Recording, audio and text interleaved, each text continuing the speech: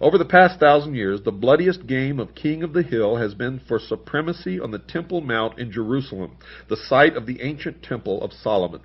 This book recounts the stirring saga of the Knights Templar, who were called the Christian warrior and monks who occupied the sacred mount in the aftermath of the butchery of the First Crusade.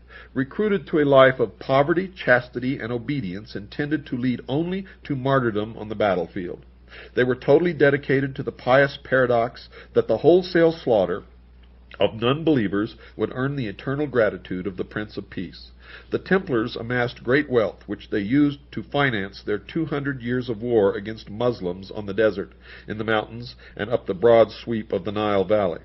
The Templars' reward for those 2 centuries of military martyrdom was to be arrested by Pope and King, tortured by the Inquisition, and finally decreed out of existence. But their legend and legacy just would not die.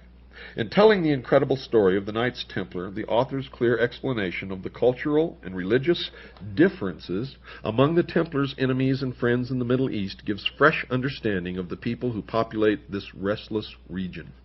Here are the Sunnis and the Shiites, the Kurds, the Armenians, the Arabs and Turks, who figure so prominently in today's headlines. The similarity of their antagonisms today and those of 800 years ago are often so striking as to be eerie.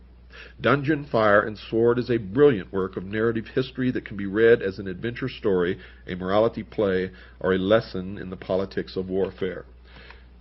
But, folks, be careful when you read these books that you do not believe them blindly, for sometimes the authors are taken in by the exoteric, but you still need to read them.